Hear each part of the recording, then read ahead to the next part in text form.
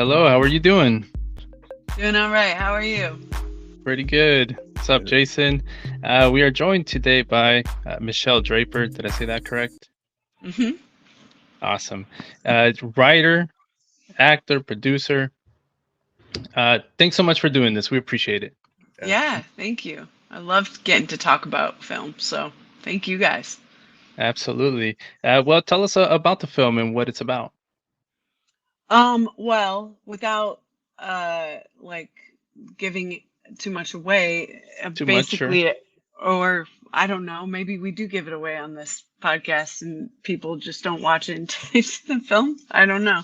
But it does basically it opens on a woman bloodied and bruised in the desert, and you can't tell if she's dead or alive at this point. But as she starts to kind of come to, she sits up and realizes she has a bloody knife in her hand, and there's a dead body next to her.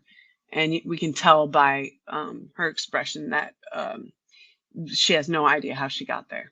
So you spend the rest of the film finding that out. Yeah, and I really enjoyed your short film, Michelle, and your acting in it. No, Um, thanks, man. yeah.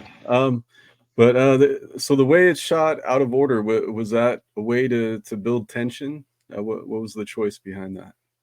Yeah, so um it really kind of stemmed from that or original moment, and um kind of this idea.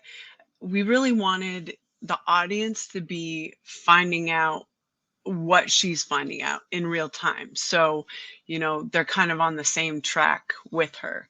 Um, so, and in doing that, we shot out, as we went out to the desert for a few days and shot all of this stuff. But then later on, in post, we kind of landed on some different color tones for each kind of timeline, um, as it were, so that you could, and it isn't, the change isn't drastic. It's subtle, but it's enough to like, be something in your gut that you're in a different space, you know, um, space and time. So that was definitely intentional, in both the shooting and the post production process. Um, but yeah, it was a blast. And what's interesting is I didn't necessarily think of these films when I was writing it, but in the post process, I was like, oh man, this is, bits of Memento and bits of The Sixth Sense.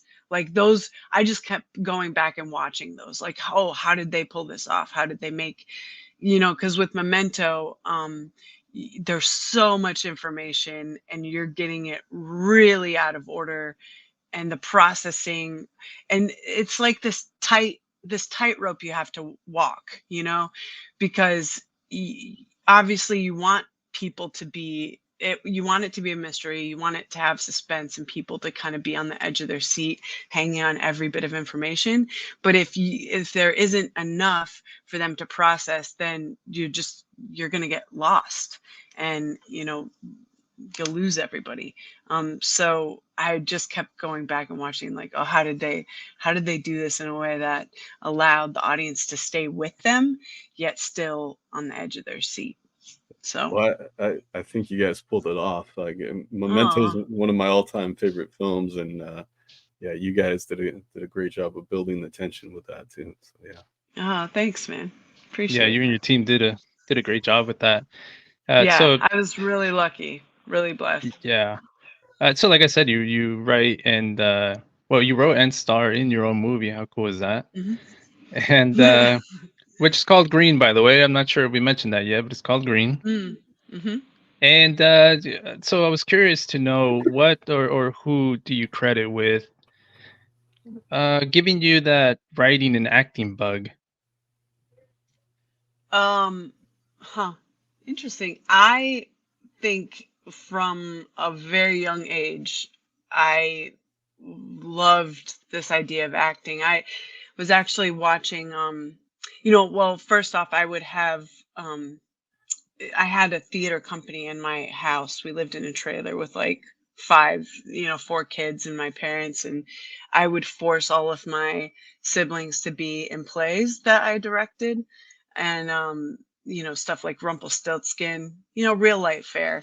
But I would just I I remember that early on, and then I remember watching Mrs. Doubtfire. And have you guys seen the film? Yeah. Yes. So the opening scene when Robin Williams is in the booth voicing the parakeet, um, before he loses his job. But uh, I remember watching that and thinking, oh, this is a job. Like you can do this. It isn't just for fun. Like you can do this and get paid. So I think that was kind of an epiphany moment for performance.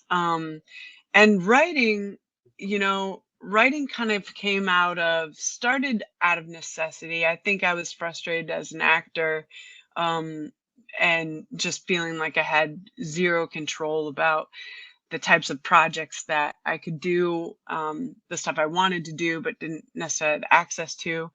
And so, I started writing, but very quickly that became its own kind of separate passion aside from needing to or wanting to create content for myself. And I've been very fortunate to have kind of stumbled into a group of creatives called the Actors Gym. And it's really it's writers, directors, and actors who just kind of get together to workshop their stuff, see how it works when it's put on its feet. And it was something that was started by Bobby Moresco, who's a writer and director, uh, I think 40 some years ago. And it just kind of has kept, had its many kind of cycles in life. But, he's an incredible writer and has a lot of wonderful wisdom to bestow upon people learning. So I've been very, very fortunate to be a part of that group and the people in the group, just really smart people who will challenge you and challenge your story in all the best ways, because we all want each other to succeed, but they'll put it through the ringer for sure. But yeah, so that's kind of how that all occurred. And a good number on this project, a good number of people are somehow kind of tentacles of that group. The director, Chris Johnson, I met in that group. The lead actor, Alan Steele, also wonderful artist and human being. I met him in that group. And then the cinematographer by virtue of the director. So just kind of, yeah, it's been so fruitful beyond words. So Very cool. Yeah, you do. You need somebody to challenge you. yeah, yeah. I love that. It's both. It's like this warm hug, but then they're Yeah, gonna like push you out sure. onto the stage and be like, get it together. But yeah, I love it.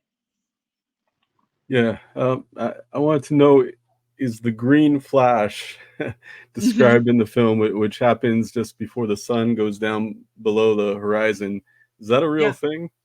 that is a real thing. Okay. And I've known about it. It's kind of this elusive um, phenomenon, which is part of the reason why I was so drawn to it as part of this story, because I am still hunting for the green flash. Like I have watched so many sunsets waiting for that thing, and it still hasn't happened. But it's just kind of, has obviously it's a real phenomenon, but it has kind of some lore attached to it depending on different cultures.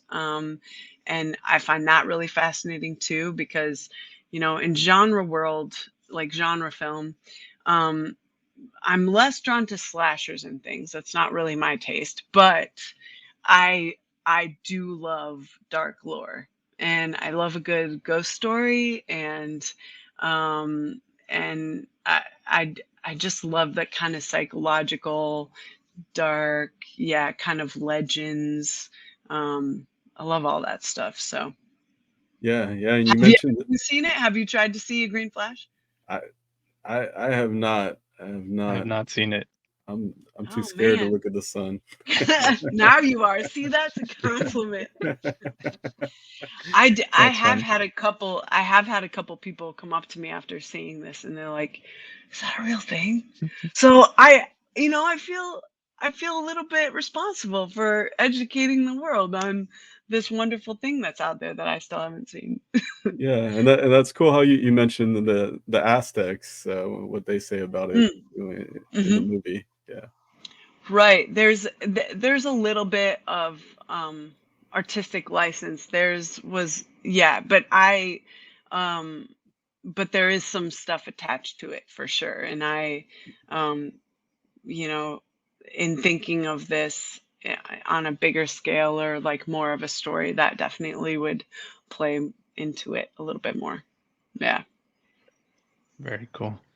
Uh, Jason, I can't tell if something's growing out of your shoulder or is that your dog back there? What's going on? It's my dog. That's Oh, Mateo. where's the pooch? The Mateo? pooch. Mateo. There he is. Hey, Mateo. I just keep Mm. saying the top of his head. Yeah. What up, Mateo? Mateo. Yeah. You mentioned earlier how just the film that keeps you on the edge of your seat, Mhm. and this did that. But what is the secret to making the audience feel that in You that know, short of time? yeah. Well, I am grateful that it happened. What I am finding is that it's I'm still learning about it, It's but I it was for me it seems very much like baking. Kind of horror or suspense is like if you don't have enough baking soda, it's not going to quite rise, but if you have too much, it's going to, flatten out. Like it really is this kind of thing that you have to keep toying with and messing with and refining. Um, because especially, and this was a lesson learned, I, as I mentioned before, not much of a slasher person myself. So I always tend, especially when it comes to gore type of content, I love it when a film will kind of lead you to start thinking in a certain direction and then not show it, because whatever my mind's coming up with is a whole hell of a lot scarier than what you could show me, right? But the trick to that is like you have to give enough so that it like fertilizes the soil in essence for that thing to grow. And that is a trick that we're still kind of learning. And in fact, um, I I think we undershot it a little bit. So we had to actually go back out to the desert for some pickups and kind of elaborate on some of the the visuals that I was like, oh no, we'll leave that to the imagination. And it just wasn't enough. It was just Mhm. so um and I'm grateful for the experience because it definitely was an education. This whole film kind of felt like going away to film camp, quite honestly. It was Nice. 10 people, both cast and crew, went out to the desert for 3 days and lived together, shot a film, had that wonderful experience, and then kind of like came out on the other side with this thing that I feel like honors all the work we put into it. So yeah, it was quite wonderful. Yeah, and so film can be like a whole. I mean, location can be like a whole nother character in film, and it's it Hmm. definitely feels like that in Green. So how did you find this location? Well, I know you know. Do you mind if we share a little bit about No, this? I I mean, don't not mind. too Yeah. detailed. So the whole reason I know Jason is because of his sister. Um, and you know, she was so I drafted this email that was went out to I went on Airbnb and I looked at a bunch of places that I thought could work, and I had drafted this email talking about what I was doing, that it was a self-funded project, small, you know, and wondering if we could film there. And it's so funny when you get within even like 100 miles of LA and you mention filming, people think you're with a studio or something. I don't know, but they're like, "Oh, sure, you can film here. It's like an extra $2,000 a day." I was like, I don't. I think you missed the part where I said this is a self-funded project, and I work at a coffee shop, so I don't I don't have that. So thankfully, Jason's sister, who does have a house out in the desert, and she was willing to listen, and that was really wonderful. And we had a couple conversations about what it would look like before we decided on that route. But I was just very appreciative of somebody seeing the situation for what it was, and she, along the way as well, she was really kind of like, "Oh, I can't wait to see it when it's done," and she's been so encouraging, weirdly. And I've never met her personally. It's all been via email, but I feel like I have a relationship with your sister. um but so and it was to go back around to the beginning of that question. It very much was a character in the story, you know what I mean? It kind of culminates in this moment, right, that happens because of nature, and then leads to, you know other things. So it was imperative that we got a cool spot. Yeah. Definitely very cool story. Yeah. Uh, Thank you. yeah, I know that indie film could definitely present some challenges. So, and you mentioned your director who did a great job, your co-star who did a great job. What are Yeah. some of the challenges that you faced making this film? Hmm. Um, well, I think it was lightning in a bottle and magic, in the sense of the things that could have gone wrong didn't. And Oh, um nice. but like I mean, let's see. So for example, the makeup artist, who this was her first film as well, Jessie Gilbert, she was incredible. And I had met her doing, like some trauma medicine training um that they do for, army medics or like police officers. And so she kind of does blood and guts day in and day out, 9 to 5. And I was like, "Hey, do you want to like do a movie?" She's like, "Yeah, that's great." But the day before, she called me and she was like, "Hey, can my mom bring me, because my car just broke down?" And I immediately was like, "Well, this could be really good or not so great." And her mom ended up being one of the best additions to set. She has a credit in the film as mom of production, because she really was that. She was super sassy, was giving a shit, and then she was, our biggest cheerleaders, and thought that what we were doing was so cool. Halfway through, filming, she went out and got ingredients for chocolate chip cookies, and I saw all of these grown men revert to 5-year-olds when she was bringing those around. It was just, so things like, there was that. Oh, and the first night there was this um the what are they called? Sorry, give me a second. A grip that kind of came on a recommendation of somebody, and I hadn't met him. It was good recommendation, but I just kind of briefly talked to him on the phone. Joseph Roa, he was wonderful, but he got out there not knowing anybody. Like either half of the people knew myself or Chris, the director, but this kid knew nobody. And he came out and showed up 100%. The first night we were there, we're doing this kind of intense scene, and it's about 9:30, and I find out that the hot water in the house isn't working. And I was in my head, I'm like, "Oh man, this is not going to be good for morale. Like, all these people get done with a long day. They're going to want a hot shower." Um, Yes. so I'm just texting, trying to figure out what to do.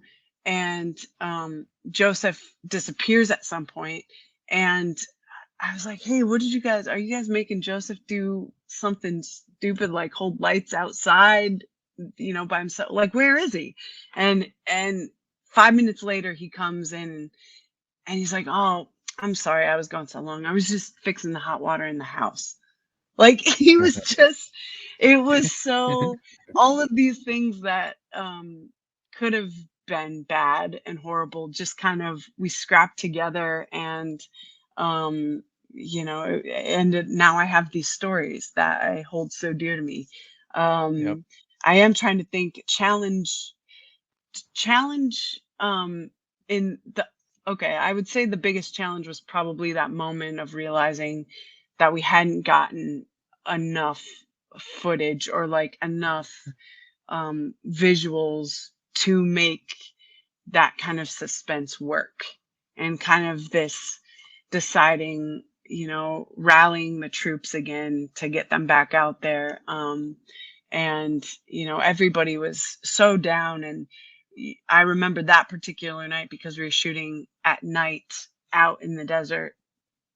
um we had to use some big lights, and there were these just devil winds that would be so still, and then these like tornado of a wind would come up Oh no. and knock, yeah, and it would just completely obliterate this light. So we'd have to like stop, reset it. And I mean, we must have done that 5 times. And it was so weird because, well, and maybe I'm grateful that it wasn't just completely windy, that we did have these moments of peace so that we could get this. But, it is all just this huge gamble. I remember actually the first time we went out to the desert initially, the week before, and it was September. Yeah, towards the end of September. But the week before was record high heat. It was like 120 degrees. And I knew we were going to be shooting outside. And I was like, oh my God, please let it cool down. Like, there's just no way we're going to be able to get this stuff, in 120-degree heat in the middle of the day. So it did. It cooled off the next week. That was perfect. And aside from these devil winds that happened on the pickup shoot, everything kind of, yeah, went really wonderfully according to plan. Yeah. So sort of some like minor issues. It could have been a lot worse, like you said.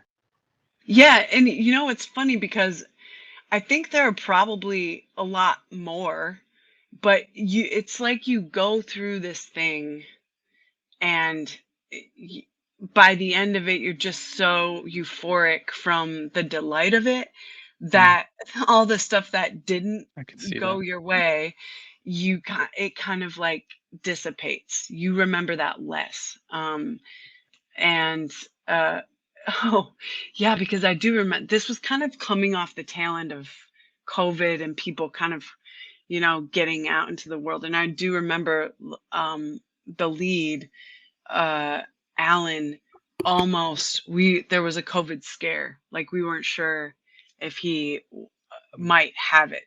And so I had these kind of auditions as a backup. I always knew I wanted to go with Alan, but just in case anything happened. So I ended up having some auditions and had this backup guy in mind, but I hadn't talked to him because everything up until like a couple of days before was going according to plan. And then I found out that Alan might be sick, and I was like, "Oh no." So I was creepily DMing this guy on Instagram, like, "Hey, I know this is real weird, and I never called your agent back, but if this happens, might you be willing?" But it was very much like, yeah, it was. I was like, "I know this isn't professional, and I'm so sorry." But thankfully, that guy, we've since become good friends, and yeah, I'm just thankful again for that kind of understanding on everybody's part of this kind of weird thing that we do in making film. It's like a bunch of people having to come together and, for better or worse, go through this thing and come out on the other side with hopefully something watchable, so yeah, those are some of Mom the on the hurdles. set. Mom on the set, she was so great. she, uh she I reminds me of Jason's dad when we used to play on the basketball team. He would always give us shit, but he was our biggest cheerleader as well. Yeah. Nice. Yeah, that was Jackie. That was Jackie for sure. Awesome. He was great. Yeah. Your performance is pretty intense in this Mm, movie. So what was your method for that? hmm. Um, w- well, I think that's funny. I I just tried, Because you you mentioned you're know, not a big slasher fan. yeah, I'm not. I do love Neither am scary. I, by the way. There I you am. go. I Yeah, am. you like them? I Yeah, do. He loves them. you know, I Screaming do love Halloween. scary. I love scary films. I just am not a Mm. big fan of just blood, a lot of blood. Um, Yeah. but I think this was kind of one thing I did do, because there's the writing of the thing and then there's the performance of the thing. And I knew at some point I was going to have to step away from the writing aspect of it and start to look at it like I would another person's script if I were, coming on as an actor. So, I'm grateful I had an opportunity to do that. And actually, some revelations kind of came from that. And that really speaks to, as well, the thing I love about collaboration so much, you know, um, in the sense of this group that I'm in, you know, somebody can write something, then it gets in the hands of somebody else to interpret it, the performer and also the director. And then it kind of morphs in other ways and you kind of uncover other rocks that you hadn't looked under before. Um, and to have that happening in real time with myself in this sense of kind of like, oh, that's interesting. I hadn't thought about it that way until I was stepping over here to look at it from this angle. Um, so I think for myself, at least, it was very important to kind of step away from it at some point as a writer and approach it as an actor. Um, and then the second part of that as well is I do think it's like trust is huge. And, um, I was really wanted Alan to do this and was hoping he could and would because he is somebody that in my class I just have so much trust with. Like if I'm writing something and I have to figure some parts, we'll do an improv and I just always know he's going to he's super talented so he's going to come through on that front. But he's also he just has my back and you find those people and you hold on tight. But I think with that and, with Chris, this was the first time kind of stepping in the arena with Chris Johnson as a collaborator and kind of learning. But we had a bunch of conversations, ahead of time about um, kind of what this whole thing was going to feel like and what were the, challenging me on the story points and kind of like, what does that mean? And, if that, then what about this? Um, so we had, by the time we got to shooting, we had this kind of very intricate relationship on, story and just the whole creative process, he and I. And I think that was imperative to be able to, on the day, just kind of let it go and be able to focus on the job that I had for that day. Um, but I'm so grateful to those two because they definitely made it safe, and that's that's how you work. Alan was So great. Yes. Yeah. thank you. Yeah, Alan was great.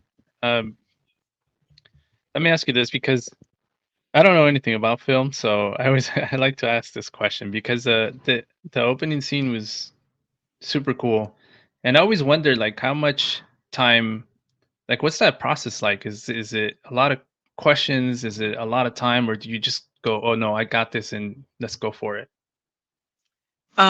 As far as an opening or as far Yeah, as that a opening story? scene, like where you're laying there, and like, is there talks with the director on how we're gonna go about this? Is there a conversation had?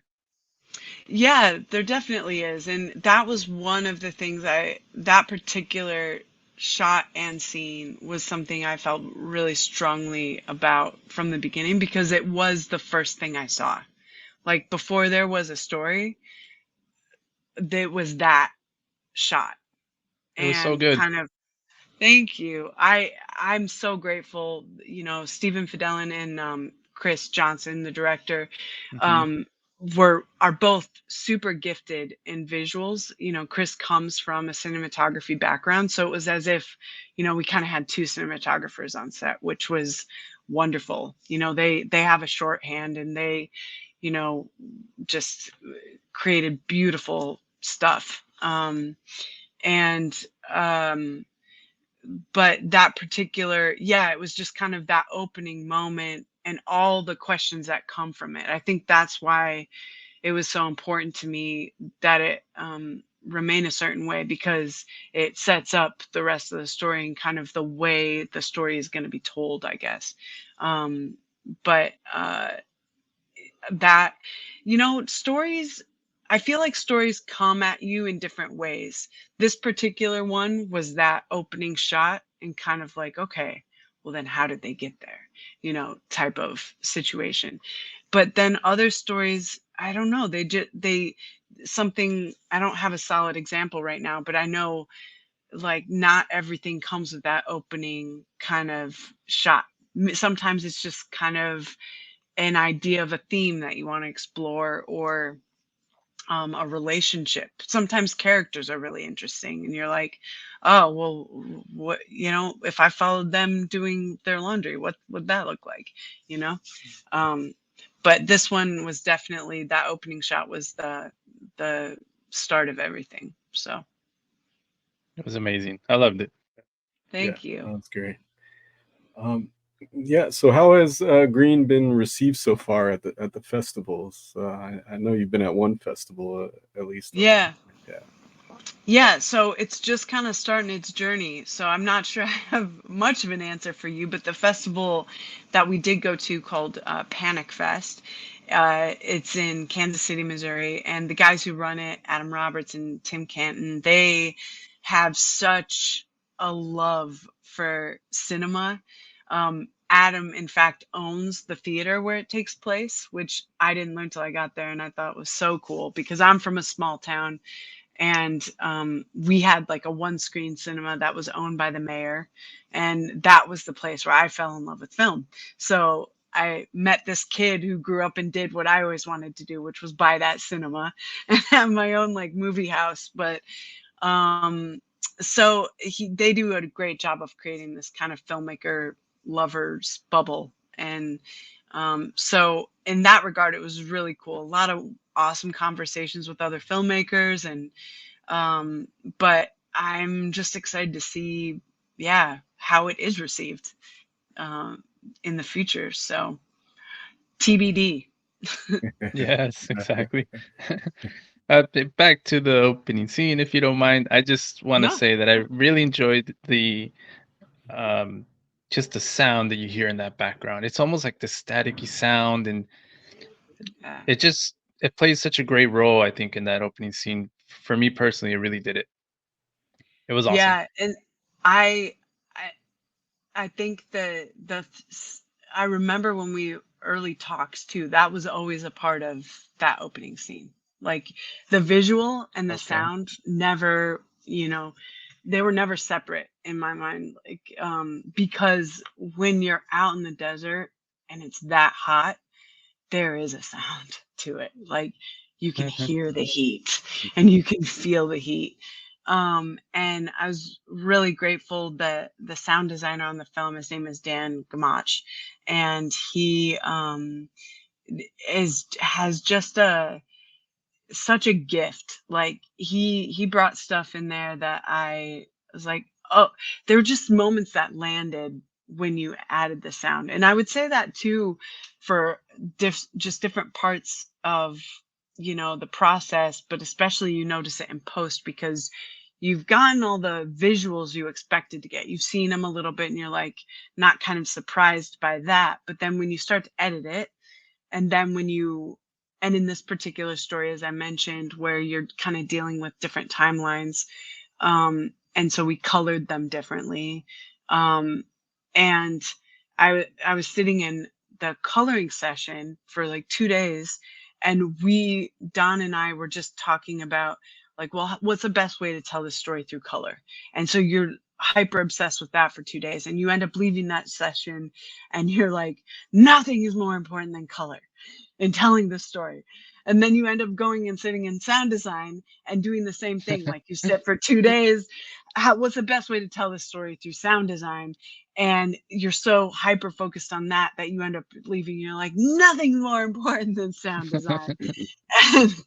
and, and then ultimately you're like, oh, well, I guess if each thing is operating, right, like at that level, if each person, whatever part they're contributing is doing, like what's my role in telling the story the best, the whole thing can't help but be elevated. And that kind of, I will say the stabbing scene we had, that didn't land until the sound design came into play. Oh, um okay. which was really interesting. It's like I got chills when I watched it with him, even though I'd seen it, watched it a billion times in the editing process. When I watched it with him after the sound had been put on it, it was like chicken skin.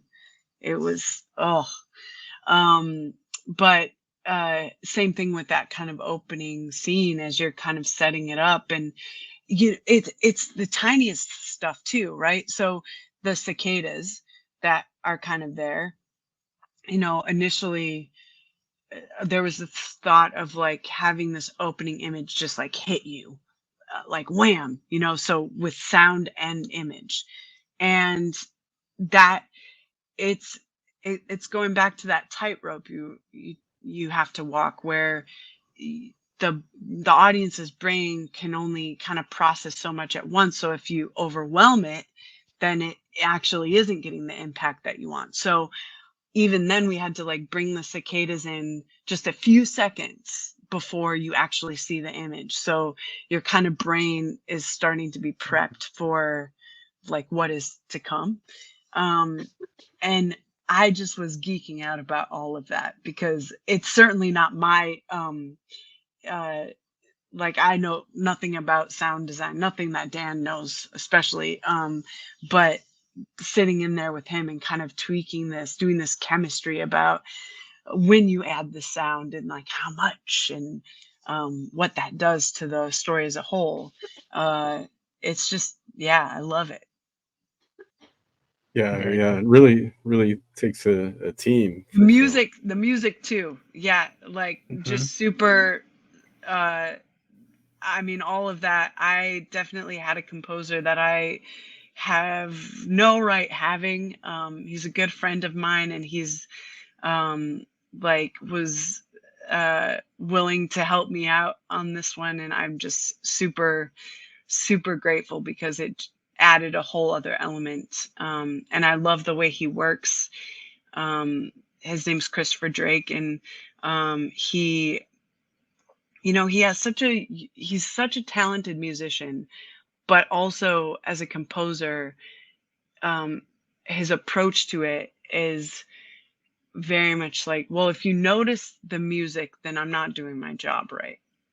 Which is kind of crazy because all of us love, like, there are these epic soundtracks that you'll go back and listen to, but part of the reason they're so epic is because you saw the film they were a part of, and all this stuff is attached to it, which is kind of by design. Like a great composer will write to thematically like different characters, different storylines, And this one, the challenge was, you're kind of hopping between um, storylines and time and space that have very different energies. So it was like to balance that so it wasn't jarring, where you could go from, one to the other, was kind of one of the more challenging features on this particular story. So, but yeah, Yeah. super grateful. Yeah. The music in film is huge, and I don't think the average person really thinks about it or understands it. I didn't even understand it really until film school, and I had a Mm, buddy named Fusco he's all about the scores. Like that's all he'll listen to in his car, film scores, and nice. yeah. But so what's next for Green? Well, it's kind of, I'm of two minds. I feel like it's a really cool, kind of brief, haunting tale, as it is. But I definitely have ideas for the kind of world to be expanded, on these kind of, little things we threaded in there. Um, and it just kind of depends on, yeah, what happens with it out in the world as it gets seen by people, how they respond.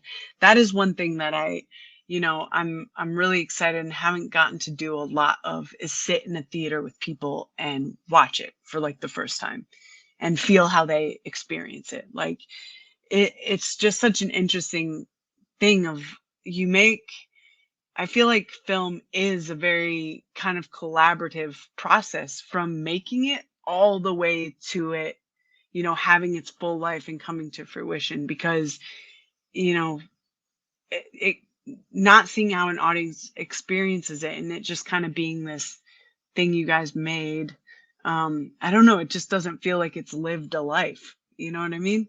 Yeah. A full life. So I am really excited to kind of see what people feel about it. Um, Mhm. so yeah, Well, I think Jose and I both loved it. So thank you. I love that. Yeah, definitely. You mentioned how I was gonna ask you actually if you knew some of the people you worked with prior to the project, but and you mentioned that you had. Do you feel like that Yeah. made it at all maybe slightly easier to go about this project because you knew some of the people you were working with? Yeah, yes, in some ways, but it's a funny thing. It's like, you I feel like you can find, working relationships with people, like step into arena that your friendship maybe hasn't been, right? So now you're working together and you can find really surprising things there. And then you have random strangers kind of come in, like Joseph, and um Mhm. and just completely surprise you, more so than even, some people that you had known prior. It's um this kind of, uh I think it's just as fascinating as making the film itself, is these kind of relationships that you develop, and like who spurs you on creatively, and um like um like what those yeah which relationships kind of lend themselves to being good working partners and whatnot, because it's all, there's a lot that you expect, but also a lot that you don't, and you get surprised. So I love that part of it. um I love being surprised in life. So, but it was nice, my friend Chris and I have never worked in this capacity, so it was cool to, and I've known him for a bit, so it was awesome to kind of step into that realm. Yeah. Any thoughts of having a future thing with these, same people that were involved in this film? Yeah, well, whatever, yes, to answer your question, Okay. I think, there was a time when I would look at these big directors, and Spielberg or whatever, and they always use the same people. And I Hmm. remember being a new Right. artist coming to LA being, come on, guys, like let somebody new come into the fold. Um, and now, when you go through these things, you realize why, you find your people and you hold on tight, like, because it really is kind of, in those moments and on the day when things aren't going to plan, and you just kind of have to trust that people have your back and know that people have your back, and that you have theirs. So I've definitely stumbled upon some good relationships on this one, and I will take them with me, and hopefully they'll Hmm. bring me along on whatever we do in the future. So. Nice. Yeah, you definitely need those dependable people in film. Have you already started thinking about your next project, or are you just solely focused on green right now? No, it's a funny thing. I was just thinking about this the other day because as you're submitting this thing that you've completed, you have to like be as amped about it as you were when you made it. You're trying to talk to these Right. festivals and be like, come on, watch the thing. I know you're Yeah. going to love it. I swear it's going to be great. And so you have to like still hold it as this precious thing, but at the same time, just be able to let it go and cut off your emotions on some level, and again, move on to the next. So it's that's been something I've been working on. I definitely have other projects that I've, been cultivating, that are at different levels and stages of kind of their process. But I definitely have to start, you know, honing in on some of those because I'm getting antsy. Getting antsy. To Michelle, you've been amazing, by the way. Thank you for again for doing Oh, this. Yeah, thank you. thank you. You Uh, guys too. It's so yeah, much and fun to like talk about it in this way. You know what I mean? Where relive some of these moments, and um, it's making the heartbreak of the festivals that maybe you don't get into a little bit less. You're like, oh yeah, yeah, but it was a really good time. yeah, and you mentioned last thing for me. You mentioned how you want to hold this close, but maybe let it go as well. And your overall thought and feeling after now that it's all completed, and how do you feel? Because I can only imagine that once it's finished, that there's still got to be all of this thoughts going through your head, and it's just got to be a great feeling. I can only imagine. Mm. Yeah, I mean, I think it's like being here now, having it completed and seeing that I really feel like we came out on the other side with what we were trying to accomplish, Sweet. and kind of all the conversations we had, and that is a really profound feeling, because I bet. in the middle of it, it really is. There are some. It's touch and go, like when you get in and you've invested your time and your money, it's and you don't have the finished product, so it's still a big question mark. I remember my buddy, a filmmaker, and Jason, I know you know about his film as well, Dead Dash. But we actually work at the coffee shop together, and we kind of accidentally started filming our movies at the same time. So we became these, comrades, just coincidentally, and it was one of the greatest gifts. But I remember he sent me this speech um, from Mark Duplass about halfway through the process. And I don't know if you know him as much. I knew some of his work, but he did this keynote at South by Southwest at some point. And basically the theme is he gets up there and he's to this room full of filmmakers, and he goes, the one thing I want to tell you is that the cavalry isn't coming. And I was like, oh God. And he goes on to explain that he's like, you just have to dive in, invest your own time, your own money, and then you're going to come out on the other side and you're going to stand up and you'll realize that you are the cavalry, and the people standing to your left and right who have done it with you, they are it. So Very cool. you don't need a big studio um or producer to be like, yes, I think what you have is great and important.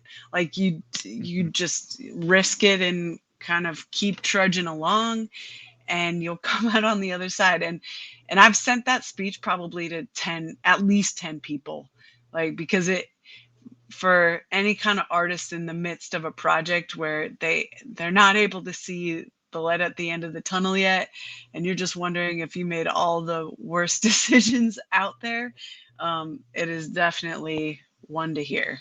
So yeah. Well, you did it. You did it, and you did a great job of it. So Thanks, man. Positive thoughts Thank you. for green and whatever else you have in the future. yeah, Thanks, guys. Maybe I'll yeah, come back and talk about it the next one. That'd be awesome. yeah. That would Jason be and I will cool. stop by for a cup of coffee. Yeah. Before for the big time. Yeah. I'll come in moonlight sometimes as a barista. I do love the work. Well, thank you guys so much. It's been so cool to kind of relive some of these fun little moments. And yeah, I'm so glad you guys enjoyed it. We loved it. I love We that. loved it. Thank you. Thank you. Have a good night. Appreciate you. Yeah. See you later. Bye-bye.